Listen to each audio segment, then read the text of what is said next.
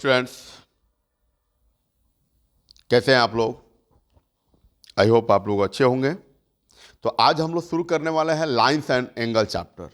Lines and angle जैसा कि आप लोग स्क्रीन पर देख पा रहे हैं, ठीक है। ऐसे लाइंस एंड एंगल जो चैप्टर है, लाइंस एंड एंगल जो चैप्टर है वो बहुत ही छोटा पैकेट है, बहुत ही छोटा चैप्टर है। लेकिन हम लोग इस चैप्टर के थ्रू छोटा पैकेट बड़ा धमाल करेंगे। क्या करेंगे?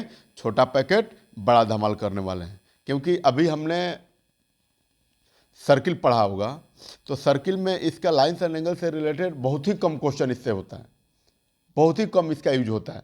बट अगर वही चैप्टर जो होता है ट्रिएंगल से दे दे, ट्रिएंगल एंड क्वाड्रेटरल वगैरह से दे दे या पैरेललोग्राम से दे दे, ठीक है, तो उसमें इससे रिलेटेड भर भर के क्वेश्चन आते हैं और उसके लिए वो बेस का काम करेगा। लाइंस एंड एंगल जो चैप्टर होता है, दोनों चैप्टर के लिए, ये तीनों चैप्टर के लिए जो पैरेललोग्राम, ट्रिएंगल्स एंड क्वाड्रेटर ये जो चैप्टर होता है, इसको करने के लिए, इसके लिए बेस का काम करेगा। क्या करेगा हम लोग? सॉरी, जो बेस का काम करेगा, उसके लिए ये लाइंस और एंगल बेस का काम करेगा। तो आइए, क्योंकि जब तक हम लोग किसी भी चीज़ का बेस अगर नहीं क्लियर करते हैं तो फिर वो क्लियर चैप्टर नहीं कर पाएंगे हम लोग, ठीक है। और लाइंस एंड एंगल में हम लोग लाइंस से रिलेटेड जो भी थ्योरम्स होते हैं, डेफिनेशंस होते हैं, ठीक है, सब देखेंगे। तो पहले हम लोग बात करेंगे कि इस जो चैप्टर से रिलेटेड जो टॉपिक पढ़ने हैं वो क्या है, क्योंकि टॉपिक हमको जानना बहुत ज़रूरी है कि इस चैप्टर को शुरू करने के लिए हमको कौन कौन सा टॉपिक पढ़ने पड़ेंगे, ठीक है। तो आइए देखिए, फर्स्ट जो होता है आपका इंट्रो पढ़ना होगा। क्या करना होगा? इंट्रो चैप्टर का करना होगा, क्योंकि इस चैप्टर में अभी मैंने बताया कि यह चैप्टर बहुत ही छोटा चैप्टर है, लेकिन इसका यूज इतना जगह है कि ट्रिएंगल में हो गया, क्वाड्रेटरल में हो गया, ठीक है, पैरेललोग्राम से रिलेटेड हो गया, इसमें भर भर के क्वेश्चन जो होते हैं आते हैं और उससे रिलेटेड भी क्वेश्चन बनते हैं।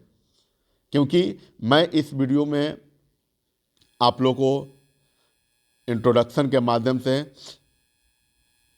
क्या कराए जाएंगे, आप लोगों को इतने बेहतरीन तरीके से आपको बताए जाएंगे, ठीक है, जिससे कि आप एनसीईआरटी से रिलेटेड जो क्वेश्चन होता है,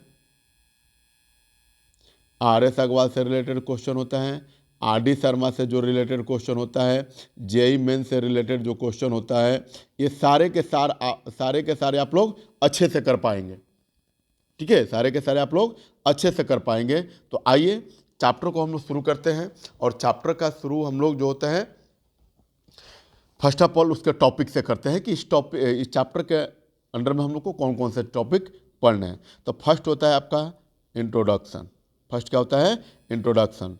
देन सेकेंड में आपको पढ़ना होता है some basic definition, basic definitions and term, nations and term या some basic terms and definition, ठीक है। थर्ड में आपको पढ़ने हैं intersecting lines and parallel lines, intersecting line and parallel line, intersecting lines and parallel line. Fourth में है आपका pairs of angle, pairs of angle जो लीनियर पेयर्स में आता है, ठीक है, पेयर्स ऑफ एंगल। और उसके बाद lines on same parallel, lines on the same parallel. ये टॉपिक जो होते हैं इस चैप्टर के अंदर में हमको क्या करना है? कवर करना है। तो फर्स्ट ऑफ ऑल जो होते हैं हम लोग इंट्रो से शुरू करते हैं चैप्टर को। तो आइए देखते हैं। तो ये चैप्टर अभी मैंने इंट्रो बताया कि इस चैप्टर बेसिकली जो होता है वो लाइंस एंड एंगल जो चैप्टर है आप लोगों का, बेसिकली हम लोग इसके डिफरेंसेस कुछ जो होते हैं इसके बारे में पढ़ेंगे, लाइंस के बारे में पढ़ेंगे। और लाइंस के थ्रू लाइंस को हम लोग कैसे ये करके, लाइंस के कितने पार्ट होते हैं, जैसे आपने देखा होगा कि लाइंस जो होता है, लाइंस का पार्ट लाइन सेगमेंट होता है, लाइंस का पार्ट रे होता है, ठीक है, रे का होता है, जैसे फॉर एग्जांपल में आप लोग का सन रे होता है। क्या होता है?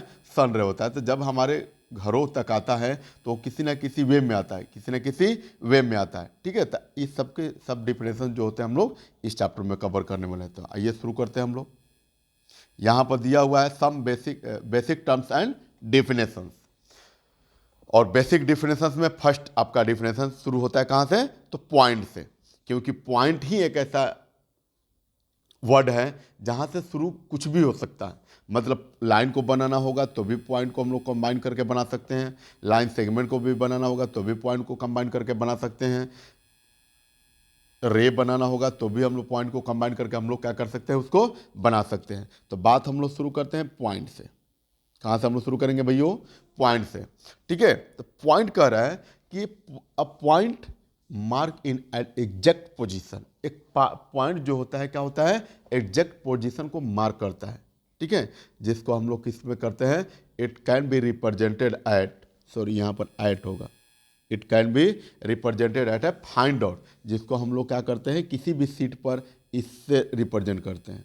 ठीक है, इससे फाइंड आउट से, जिसको हम लोग ए पॉइंट बोल दिए, एक्स पॉइंट बोल दिए, वाई पॉइंट बोल दिए, ये होता है हमारा क्या, पॉइंट होता है। ये क्या होता है, हमारा पॉइंट होता है। तो point is a exact location या position, it can be represented by the very fine dot. ठीक है, डॉट से हम लोग रिप्रेजेंट कर लेते हैं। ठीक, अब इसको हम लोग क्या करेंगे कि अब इसको जरा देखिए, तो अब इसको जो होता है, बहुत सारे पॉइंट्स को हम लोग ज्वाइन करेंगे, बहुत सारा हम लोग पॉइंट्स को ज्वाइन करेंगे तो क्या बनेगा, एक लाइन बनेगा। क्या बनेगा, एक लाइन बनेगा। ठीक है, तो लाइन भी वही कह रहा है कि a line is a collection of indefinite number of points. मतलब लाइंस को बनाने के लिए न जाने कितने पॉइंट्स को, कितने इंडिफिनिट पॉइंट्स को कलेक्शन करना होगा, लेकिन करना पड़ेगा किसको, तो पॉइंट ही को ना कलेक्शन करना पड़ेगा। हाँ, इंडिफिनिट पॉइंट लेंगे, क्योंकि अगर हम इतना पॉइंट ले रहे हैं तो इतना ही छोटा लाइन बनेगा। तो लाइन को बनाने के लिए आपको पता है कि लाइन जो होता है वो साइड से फ्री होता है, उसको आप जिधर से चाहे, दोनों साइड में से किसी भी साइड से आप लोग एग्जैक्टली क्या कर सकते हैं, किसी भी साइड में बढ़ा सकते हैं। तो बढ़ा सकते हैं तो आपका ये डिस्टेंस जो होता है फिक्स हमारा है नहीं, इसका जो डिस्टेंस होता है तो फिक्स है नहीं। तो फिक्स जब नहीं है तो इसमें बहुत सारे जो होते हैं क्या करते हैं कि पॉइंट्स का जो रिक्वायर्ड पड़ेगा इसको लाइन को बनाने के लिए। ठीक है, तो वही कह रहा है कि a line is a collection of indefinite number of points and extend indefinitely in the both side. कह रहा है कि लाइन जो होता है बनता है कैसे, तो बहुत सारे पॉइंट्स के कलेक्शन से, जिसको हम लोग क्या कर सकते हैं, दोनों साइड से क्या कर सकते हैं, बढ़ा सकते हैं। दोनों साइड से हम लोग क्या कर सकते हैं, बढ़ा सकते हैं, जैसे ये वाला होता है। ठीक है, यहाँ पर हम एक पॉइंट मानकर ए और बी फिक्स कर दिए, बट इधर से देख रहे हैं कि इधर से भी हम लोग कितना भी बढ़ा सकते हैं, इधर से भी हम लोग कितना भी बढ़ा सकते हैं। ठीक है, क्योंकि इसका जो पार्ट होता है वो दोनों साइड से फ्री होता है, दोनों साइड से क्या होता है, ये फ्री होता है। अब इसका जो रिप्रेजेंटेशन होगा, वो कैसा होता है, कह रहा है कि a line is denoted by A B के पावर में क्या होता है, ए बी के सिर पर क्या होगा, ए लाइन बना हुआ रहेगा। इसको हम लोग लाइन को रिप्रेजेंट करते हैं, क्या करते हैं, इसको रिप्रेजेंट इस वे में करते हैं। ठीक है, रिप्रेजेंट हम लोग इसमें। अब कह रहा है कि it can not be drawn on a piece of paper. लो, ये क्या बात हुआ भैया, तो ये कह रहा है कि इसको हम लोग जो पेपर होता है उस पर ड्रॉ नहीं कर सकते। क्यों नहीं ड्रॉ कर सकते, ये तो हम स्क्रीन पर इन्फेंट जो होता है हम लोग स्क्रीन पर भी मैं तो नहीं कर सकता हूँ, क्योंकि देखिए मैं यहाँ से अगर लाइन बनाया, यहाँ से मैं लाइन बनाया, तो आप इसके आगे तो और भी तो बना सकते हैं, इसके आगे और भी तो बना सकते हैं, जिसके लिए बोर्ड भी कम पड़ेगा क्या, या कुछ भी जो लेंगे वो भी कम पड़ जाएगा। ठीक है, इसलिए यहाँ पर कह रहा है कि जो लाइन होता है वो हम लोग पेपर पर ड्रॉ नहीं कर सकते हैं, ड्रॉ जो होता है पेपर पर नहीं कर सकते हैं। क्यों, क्योंकि इसको दोनों साइड को हम लोग क्या कर सकते हैं, इंडेंसली बढ़ा सकते हैं। ठीक है, एक्सटेंड कर सकते हैं, क्योंकि ये लाइन है और लाइन जो होता है दोनों पार्ट से फ्री होता है। ठीक है, समझ में आ रहे हैं आप लोग को। चलिए भैया, अब बात आता है रे का। तो यहां से देखिए, इस लाइन के पार्ट को ही, इस लाइन के पार्ट को ही, एक पार्ट को मैंने फिक्स कर दिया और अदर पार्ट को फ्री छोड़ दिया। एक लाइन को, जैसे आप सन रे को देखे होंगे कि सन रे कहीं ना कहीं से निकल कर ही आता है, तो उसका एक पार्ट जो होता है क्या है, फ्री है और अदर पार्ट जो होता है फिक्स है ना। जहाँ से वो जो सन का रे निकल रहा है वो पार्ट तो हमारा फ्री है, लेकिन वो जा कहाँ तक रहा है ये पार्ट हम लोग बता सकते हैं क्या कि कहाँ तक जा रहा है। ठीक है, तो ये सब चीज़ें हम लोग क्या कर सकते हैं, जहाँ से आ रहा है वो चीज़ें ठीक है, वो चीज़ें तो फिक्स है, that is a part of a क्या है, रे है। ये क्या है, रे है। तो रे का भी कह रहा है कि अ पार्ट ऑफ ए लाइन, रे भी क्या होता है, एक part of A line, line का एक पार्ट है, लाइन का जो होता है क्या है, एक पार्ट है, जिसमें हम लोग एक पॉइंट को फिक्स करके अदर पॉइंट को फ्री कर देते हैं, ठीक है। Other part free is called अ रे। ये हुआ हमारा रे। इसका सिंबल जो होता है इस वे में हम लोग रिप्रेजेंट करते हैं। A ray is denoted by A B के सिर के ऊपर रे का साइन रहेगा, ठीक है। लाइन को भी रिप्रेजेंटेशन करना होगा तो क्या करना होगा, ऐसे ही रिप्रेजेंटेशन करना होता है, ठीक है। अब बात आती है किस पर, लाइन सेगमेंट पर। तो लाइन सेगमेंट, लाइन इसमें भी आ रहा है, मतलब इसका भी हमको लग रहा है कि कोई जुड़वा भाई ही होगा। लाइन जो सेगमेंट है ये लाइन का ही कोई जुड़वा भाई होगा, क्योंकि इसमें भी लाइन आ रहा है। तो लाइन जब आ रहा है तो इससे कोई कनेक्शन है भाई। तो कनेक्शन है कैसे, तो ये कह रहा है लाइन सेगमेंट में कि part of A line, line का कुछ पार्ट मैंने क्या कर दिया, उसको उठाकर अलग कर दिया, ठीक है। मैंने इस लाइन को, लेटर सपोज किया जाए कि ये लाइन हमारे यहाँ से यहाँ तक है, मैंने यहाँ से इस पार्ट को और यहाँ से इस पार्ट को मैंने उठाकर क्या कर दिया, अलग कर दिया। तो जब अलग कर दिया तो यही पॉइंट क्या हो गया, फिक्स्ड पॉइंट हो गया ना, क्योंकि उसके मैंने कुछ पार्ट को, तो पार्ट जो होता है एक फिक्स्ड पार्ट होता है, पार्ट जो होता है एक फिक्स्ड पार्ट होता है, और उसको मैंने उठाकर क्या कर दिया, अलग जगहों पर लग दिया। तो वो क्या होगा हमारा, वो लाइन सेगमेंट होता है। क्या होता है हमारा, लाइन सेगमेंट होता है, ठीक है। ये हमारा जो पार्ट होता है वो क्या होता है, लाइन सेगमेंट होता है। कि लाइन सेगमेंट जो होता है लाइन का एक पार्ट होता है, लाइन का एक जुड़वा भाई है। और जुड़वा भाई जो होता है क्या करता है, कभी भी अपने से जो होता है भाई को क्या करता है, अच्छे से रखता है कि उसको कोई प्रॉब्लम ना हो, उसको कोई खींच कर ना ले जा सके, ठीक है। मेरे को कोई खींच कर ले जाए कोई बात नहीं, बट मेरे भाई को खींच कर ना ले जाए। मतलब इसका जो पार्ट होता है वो क्या हो गया, फिक्स कर दिया कि भाई इसको कोई छुएगा तो फिर ठीक नहीं होगा, है ना। मतलब इसको ऐसा नहीं है कि इसको उठाओ और इस साइड से भी कर दो, नहीं, इसमें ऐसा नहीं होता है। इसका जो पॉइंट पार्ट होता है वो क्या होता है, फिक्स होता है। इसका जो पार्ट होता है वो क्या होता है, फिक्स होता है। कह रहा है कि अ part of A line with to in point is called a line segment. कह रहा है कि लाइन सेगमेंट, लाइन का जो एक पार्ट होता है जिसका दोनों पॉइंट फिक्स कर दिए जाए, that is called a line, that is called a line. और इसको डिनोट करते हैं हम लोग कैसे, it is denoted by, it is denoted by ये, सॉरी, ऐसे, इसको ऐसे डिनोट करते हैं हम लोग, ठीक है। मतलब अगर इस वे में आपका आ गया, that is called a line. एक पार्ट फ्री करके अदर पार्ट, एक पार्ट को फिक्स करके अदर पार्ट को फ्री कर दिया जाए, रे हो गया, लाइन हो गया, रे हो गया। और दोनों पार्ट को फिक्स कर दिया जाए, मतलब ये क्या हो गया, लाइन सेगमेंट हो गया। तो अभी हमने 4 टॉपिक को पढ़ा। और एक पॉइंट होता है, तो पॉइंट जो होता है क्या होता है, एग्जैक्ट लोकेशन होता है या एग्जैक्ट पोजीशन होता है, ठीक है। चलिए अब यहाँ से कुछ लाइन सेगमेंट से रिलेटेड ही कहें, क्योंकि भाई है तो भाई उसके लिए कुछ अलग ही होगा, है ना। लाइन का जो पार्ट है लाइन सेगमेंट, उसके लिए तो कुछ अलग होगा ना भाई। क्योंकि कभी भी भाइयों में देखते हैं कि जो बड़ा भाई होता है छोटे भाइयों को क्या करता है, बहुत अच्छे से रखता है भाई, उसको कोई इसी तरह का कोई प्रॉब्लम नहीं होना चाहिए।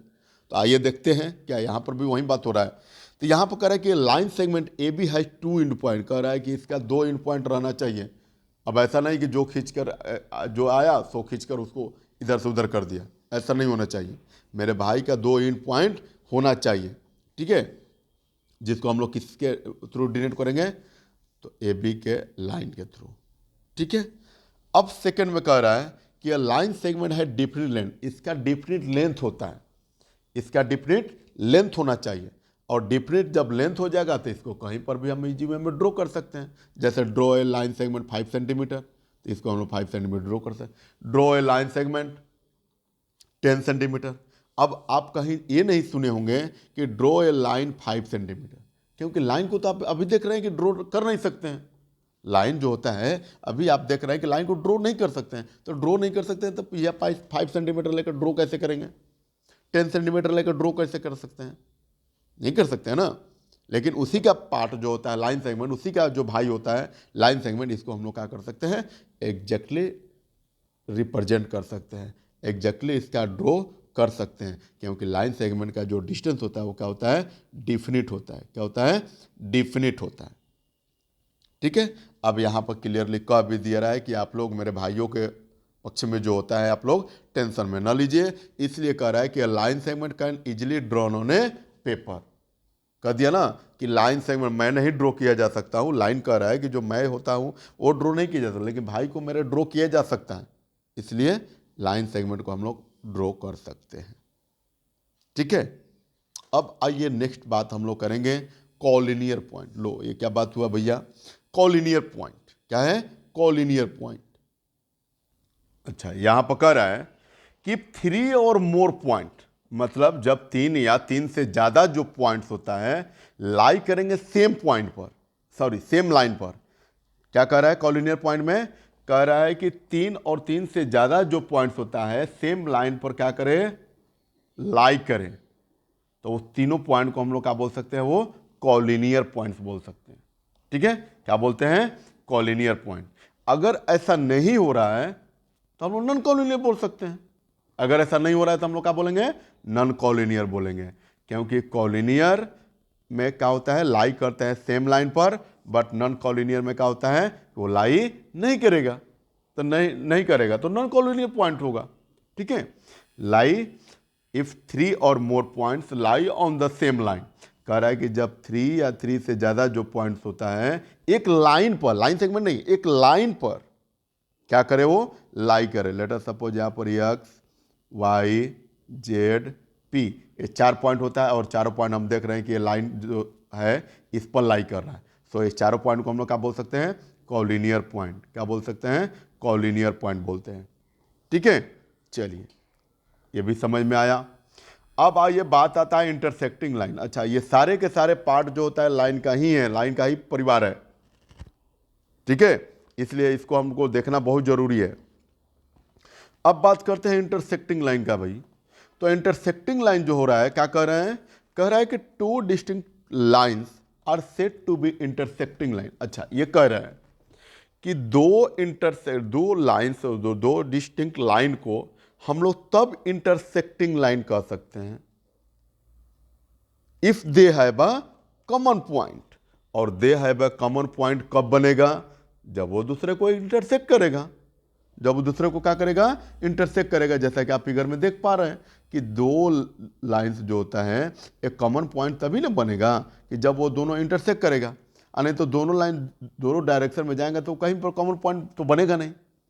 और जब बनेगा नहीं तो फिर हम लोग कैसे कह सकते हैं कि इंटरसेक्टिंग लाइन होगा, ये तो पैरेलल लाइन हो जाएगा।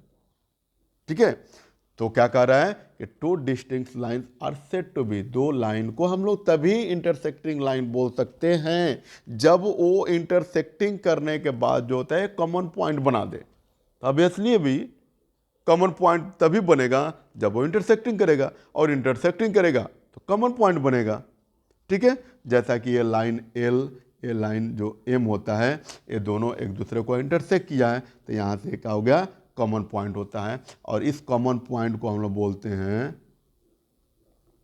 इस कॉमन पॉइंट को हम लोग क्या बोलते हैं, तो इस कॉमन पॉइंट को हम लोग बोलते हैं इंटरसेक्टिंग पॉइंट। कह रहा है कि this point is called a intersecting point. इस पॉइंट को हम लोग इंटरसेक्टिंग पॉइंट या फिर कॉमन पॉइंट, जहां पर इंटरसेक्ट किया वहीं पर हम लोग कॉमन पॉइंट पढ़ेंगे। ठीक है, वहीं पर हम लोग क्या पढ़ेंगे, कॉमन पॉइंट पढ़ेंगे। ठीक है, आई होप ये भी समझ में आया होगा। ठीक है, अभी देखिए अभी लाइन के बहुत सारे परिवार हैं। अब आइए यहाँ पर बात करिए दिया हम लोग नॉन इंटरसेक्टिंग लाइन। यहाँ पर इंटरसेक्टिंग करने के बाद कॉमन पॉइंट मिलता था जिसको हम लोग इंटरसेक्टिंग बोलते हैं। अब यहाँ पर नॉन इंटरसेक्टिंग, तो जब नॉन इंटरसेक्टिंग होगा तो क्या होगा, लाइन पैरेलल होगा। नॉन इंटरसेक्टिंग होने का मतलब यही ना होगा कि वो लाइन पैरेलल होगा। तो पैरेलल नॉन इंटरसेक्टिंग लाइन, या फिर ऐसे सिंपली कह सकते हैं कि इसको पैरेलल लाइन भी बोल सकते हैं। क्या बोल सकते हैं, इसको पैरेलल लाइन भी बोल सकते हैं। ठीक है, क्योंकि देखिए कंक्लूजन जो होता है इस नॉन इंटरसेक्टिंग लाइन से वही निकलेगा। यहां पर कह रहा है कि 2 distinct lines which are not intersecting, कह रहा है कि 2 लाइंस जो होता है तब जब इंटरसेक्टिंग नहीं करेगा are said to be parallel lines. तो जब इंटरसेक्टिंग नहीं करेगा तो अभी मैंने बताया आप लोगों को कि पैरेलल ही होगा, है ना। अब आप कहेंगे कि सर ये वाला भी लाइन ये वाला भी लाइन तो इंटरसेक्ट नहीं कर रहा है, तो ये भी तो पैरेलल होना चाहिए, नॉन इंटरसेक्टिंग लाइन नहीं होना चाहिए। तो नहीं भैया, देखो ये वाला लाइन को तो हम लोग इधर ले जाएंगे तो क्या होगा, बहुत फैलेगा, बट ये वाला लाइन को हम लोग इधर ले जाएंगे तो क्या करेंगे, देख रहे हैं कि ये क्या होगा, कहीं ना कहीं पॉइंट पर जाकर वो कट जाएगा। ठीक है, किसी ना किसी पॉइंट पर जाकर तो वो कट ही जाएगा, क्योंकि ये दोनों लाइन जो होता है क्या है, स्लोप में है। और जब स्लोप में है तो हम लोग इसको नहीं बोल सकते हैं कि वो नॉन इंटरसेक्टिंग लाइन है। क्या बोल सकते हैं, उसको नॉन इंटरसेक्टिंग लाइन नहीं बोल सकते हैं। ठीक है, क्योंकि नॉन इंटरसेक्टिंग लाइन होने का मतलब है कि वो लाइन जो होता है पैरेलल ही होना चाहिए। ठीक है, इसलिए आप ऐसे भी लाइन को ड्रॉ करके आप नहीं बोल सकते हैं कि नहीं ये भी लाइन पैरेलल नहीं होगा। क्यों होगा भाई, इसका एंगल अलग है, इसका एंगल अलग है, ये दोनों को हम लोग ज्वाइन करेंगे तो कहीं ना कहीं जाकर कट जाएगा, किसी ना किसी पॉइंट पर तो जाकर कट ही जाएगा। ठीक है, तो इसको हम लोग नहीं बोल सकते non intersecting line. Non intersecting line होने के लिए आपका ये दोनों लाइन पैरेलल होना चाहिए। करा कि the parallel lines are always at a constant distance from each other. लो एक बात और कह दिया कि पैरेलल हम लोग तब कहेंगे जब दोनों के बीच का डिस्टेंस जो होता है हमेशा हर जगह पर वो कांस्टेंट हो। क्या हो, कांस्टेंट हो। भैया कांस्टेंट क्या बात है, तो ये कह रहा है कि अगर यहाँ पर हम लोग बीच का जो डिस्टेंस होता है, हमने चेक किया कि अगर 4 सेंटीमीटर है तो इसको कहीं पर भी ले जाकर हम लोग चेक करेंगे तो 4 सेंटीमीटर आ गया। So we can say that line L and M are parallel to each other, या नॉन इंटरसेक्टिंग लाइन जो होता है। ठीक है, आया बात समझ में। चलिए अब कह रहे हैं कि it is denoted bye parallel. इसको पैरेलल लाइन को हम लोग या नॉन इंटरसेक्टिंग ऐसे डिनोट करते हैं, क्योंकि नॉन इंटरसेक्टिंग लाइन होने का मतलब सिंपली बात होता है कि पैरेलल लाइन ही होता है। क्या होता है, पैरेलल लाइन ही होता है। ठीक है, अब आइए, अब हमको लग रहा है कि अच्छा एक लाइन का पार्ट एक और है, एक लाइन का पार्ट एक और है जिसको हम लोग कनकरेंट लाइन बोलते हैं। क्या बोलते हैं, कनकरेंट लाइन बोलते हैं। अभी इनका वंशज एक छूट रहे थे, मैं इसको भी कवर कर ले रहा हूँ। ठीक है, आइए देख लेते हैं कनकरेंट लाइन।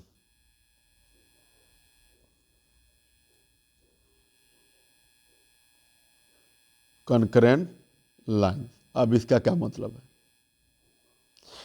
कनकरेंट लाइन कहता है कि इफ 3 और मोर लाइंस, 3 और मोर लाइंस आर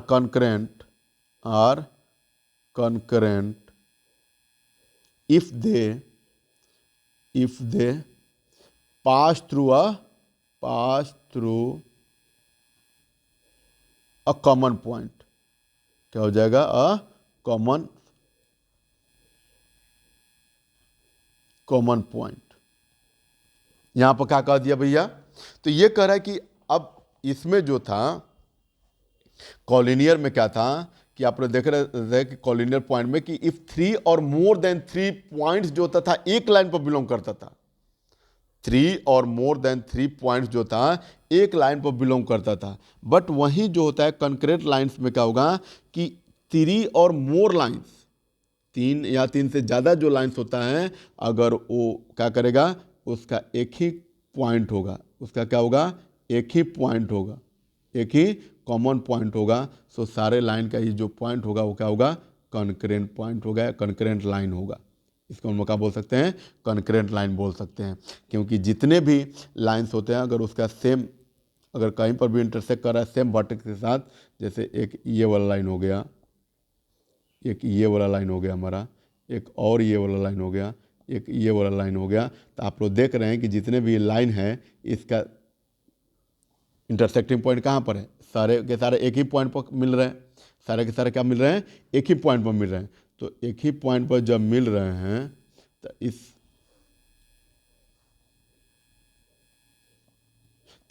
LMNO जो लाइन्स होता है इसको हम लोग क्या बोल सकते हैं, कनकरेंट लाइन बोलेंगे। क्योंकि ये सारे के सारा लाइन जो होता है एक ही पॉइंट पर इंटरसेक्ट किए हुए हैं।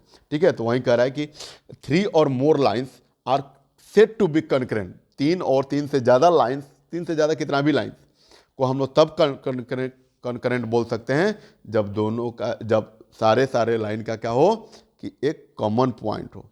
सारे लाइन जो होता है अगर कट करके कॉमन पॉइंट का फॉर्मेशन कर दे रहे हैं, इसको हम लोग क्या बोलेंगे, कनकरेंट लाइन बोलेंगे। क्या बोलेंगे, कनकरेंट लाइन बोलेंगे।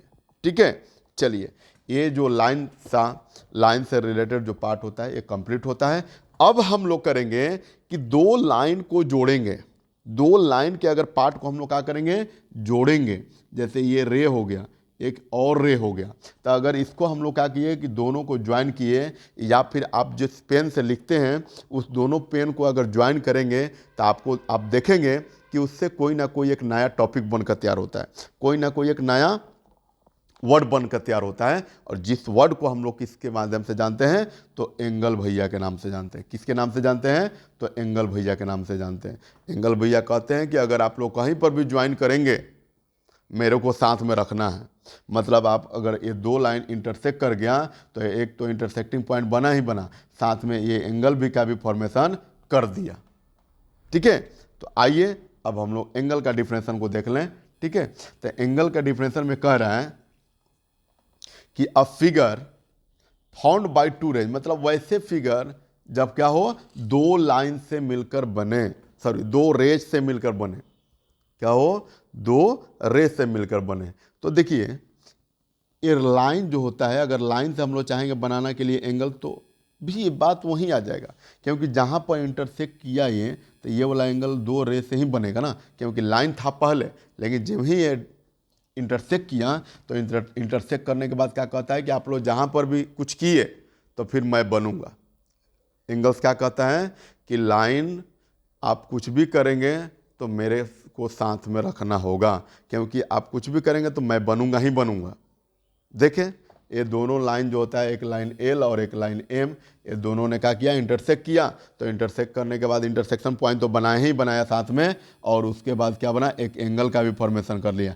और इस एंगल को देख रहे हैं कि ये पहले लाइन था, लेकिन जब ये वाला पार्ट हमारा इंटरसेक्ट किया तो ये क्या हो गया, एंगल बना। और एंगल कैसे बना, तो दो रेज को भी फॉर्मेशन कर दिया। मतलब दो रेज जो होता है, हम लोग ऐसे सिंपली कह सकते हैं कि when two rays meet at a point from a slope, दो रेज जो होता है एक स्लोप के फॉर्म में अगर कहीं पर भी वो मिले, उसको हम लोग क्या बोलते हैं, एंगल बोलते हैं। उसको क्या बोलते हैं हम लोग, एंगल बोलते हैं। ये क्या हमारा हो गया, एंगल हो गया। ठीक है, अब कह रहा है कि जो रेज ज्वाइन होता है किसी ना किसी पॉइंट पर, किसी ना किसी पॉइंट पर इंटरसेक्ट करता है, उस रेज को हम लोग क्या बोलते हैं, आर्म बोलते हैं। ठीक है, उस रेज को हम लोग क्या बोलते हैं, आर्म बोलते हैं। ये हमारा टू रेज है, ये वाला रेज और एक ये वाला रेज, एक मतलब एक ओ ए और एक ओ बी। ये क्या हुआ कि दोनों ने जब ज्वाइन किया तो ये क्या बनाया, एंगल बनाया। क्या बनाया, एंगल बनाया। ठीक है, तो अब कह रहा है कि the rays making an angle, जो रेज एंगल को बना रहा है, एंगल को क्या कर रहा है, बना रहा है, उस रेज को, सॉरी उस रेज को हम लोग क्या बोलेंगे, उस रेज को हम लोग क्या बोलेंगे, आर्म बोलते हैं। इसको क्या बोलेंगे हम लोग, आर्म बोलते हैं। ठीक है, आर्म, इस रेज को हम लोग क्या बोलेंगे, आर्म बोलते हैं। और आर्म का मतलब क्या होता है, साइड, सिंपली साइड बोल सकते हैं, बाजू बोल सकते हैं। ठीक है, चलिए ये हो गया। अब कह रहा है कि the end point of a arm, अच्छा ये कह रहा है कि इंड पॉइंट इधर, तो इंड होगा नहीं, आपका इंड इधर हो रहा है और इस ओ बी इंडिंग पॉइंट यहाँ पर है। तो ये जहाँ पर इंड हो रहा है वहाँ पर क्या हो रहा है, इस पार्ट को हम लोग क्या बोलते हैं, वर्टेक्स बोलते हैं। इसको क्या बोलते हैं हम लोग, वर्टेक्स बोलते हैं। ठीक है, इस पार्ट को हम लोग क्या बोलते हैं, वर्टेक्स बोलते हैं। कौन से पार्ट को, तो जहाँ पर जो पॉइंट होता है, जो आर्म होता है, अगर वो मिले, इंड करे, ठीक है, वो क्या करे, इंड करे या ज्वाइन करे, उस पार्ट को हम लोग क्या बोलते हैं, वर्टेक्स बोलते हैं। क्या बोलते हैं उसको, वर्टेक्स। तो अब आप कहेंगे कि एंगल भी कह रहे हैं सर कि आप वहीं पर बन रहा है, वर्टेक्स भी वहीं पर बन रहा है, तो एंगल और वर्टेक्स में डिफरेंस फिर क्या होगा, है ना। तो देखिए डिफरेंस है कि अगर वर्टेक्स को लिखना होगा तो वर्टेक्स ओ ऐसे कर लीजिए। ठीक है, ओ वर्टेक्स, क्या लिख सकते हैं, ओ वर्टेक्स, ओ वर्टेक्स। ठीक है, बट एंगल को लिखना होगा तो आपको इस सिंबल के माध्यम से लिखना होगा, एंगल ओ, एंगल ओ। बस यही केवल जो होता है लिखने का डिफरेंस है। अगर इस फॉर्म में उसको लिख दिए तो वो एंगल का फॉर्मेशन कर दिया, वो एंगल का बात कर दिया, और ऐसे लिख दिए तो क्या कर दिया, ये पॉइंट को रिप्रेजेंट कर दिया। पॉइंट ही तो वर्टेक्स होता है, पॉइंट जो होता है क्या होता है, वर्टेक्स होता है। बस माइनर डिफरेंस है कि लाइन जो होता है कहीं पर इंड करेगा, रे जो होता है अगर इंड पॉइंट करता है तो उस इंडिंग पॉइंट को हम लोग क्या बोलते हैं, वर्टेक्स बोलते हैं। क्या बोलते हैं, वर्टेक्स बोलते हैं। ठीक है, अब लिखिए it is represented at, it is denoted by, angle को इस वे में हम लोग डिनोट करते हैं। ठीक है, एंगल को इस वे में डिनोट करते हैं। आया समझ में, क्लियरली हुआ। चलिए अब हम लोग बात करेंगे कि जब एंगल होगा तो एंगल के कितने टाइप्स होते हैं। एंगल्स का भी परिवार होगा भाई, सारे लाइंस का भी देख रहे हैं कि कितना लंबा परिवार चला, तो एंगल्स का भी परिवार है ना। तो अब इसके बारे में हम लोग डिस्कस करेंगे। तो आइए देखते हैं टाइप्स ऑफ एंगल्स के अबाउट में।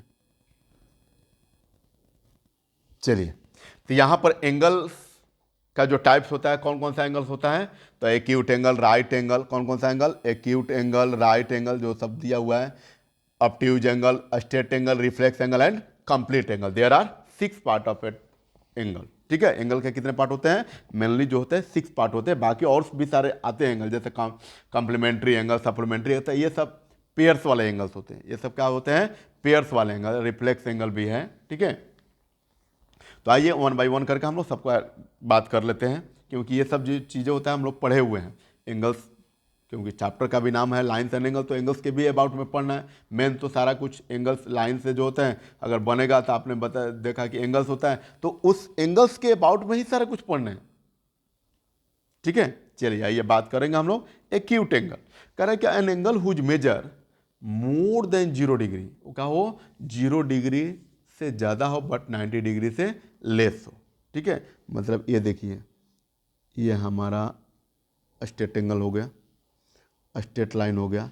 तो इस पर देखिए 0 डिग्री का भी एंगल इसी पर बनता है, 180 डिग्री का भी एंगल इसी पर बनता है। तो ये कह रहा है कि 0 डिग्री से मोर होना चाहिए और 90 डिग्री से लेस होना चाहिए, मतलब ये होता है 90 डिग्री ना, ये होता है 90 डिग्री। तो इसके बीच में जो भी एंगल बिलोंग करेंगे, सारे के सारे एंगल क्या होंगे, सबके सब क्या होगा, एक्यूट एंगल होगा। क्या होगा, एक्यूट एंगल होगा। ठीक है, क्योंकि एक्यूट एंगल का जो मेजरमेंट होता है वो 0 डिग्री से मोर और 180 डिग्री, सॉरी 90 डिग्री से क्या होता है, लेस होता है। ठीक है फ्रेंड्स, और राइट एंगल, तो राइट एंगल तो आपको पता ही है कि उसका एग्जैक्ट वैल्यू 90 डिग्री है ही है। मतलब एन एंगल हुज मेजर, जिसको 90 डिग्री मेजर कर सकते हैं वो 90 डिग्री है, और 90 डिग्री को हम लोग राइट एंगल बोल सकते हैं। 90 डिग्री वाले एंगल को हम लोग क्या बोल सकते हैं, राइट एंगल बोलते हैं। क्या बोलते हैं, राइट एंगल होता है। और राइट एंगल का सिंबल जो होता है इस वे में होता है। ठीक है, बहुत रेयर केसेस में आपको मिलेगा 90 डिग्री लिखा हुआ, बट मैक्सिमम जो जगह होता है आपको इसी रिप्रेजेंटेशन के थ्रू आपको समझना होगा। ठीक है, नेक्स्ट बात करेंगे अब हम लोग ऑप्टिव, sorry reflex angle, complete angle. अच्छा, यहाँ पर ये 3 पार्ट जो होता है हमारा है, 3 पार्ट होता है ऑप्टिव एंगल, ऑप्ट्यूज एंगल। तो ये ऑप्ट्यूज एंगल जो होता है क्या होता है, तो ऑप्ट्यूज एंगल जो होता है कह रहा है कि an angle whose measure, an angle whose measure, whose measure is more then,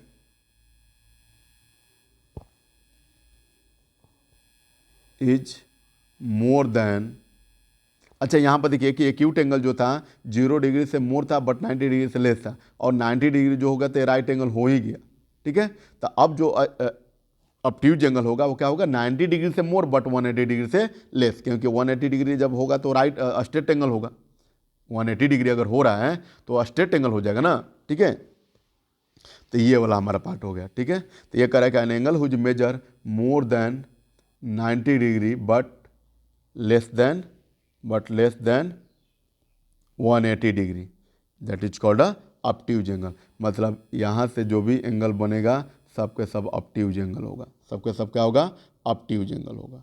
ठीक है, चलिए अब बात करते हैं स्ट्रेट एंगल का, क्योंकि ये भी स्ट्रेट एंगल भी है ना ये वाला। तो स्ट्रेट एंगल क्या होता है, an angle whose measure, straight angle, straight angle करेगा, an angle whose measure, an angle whose measure, whose major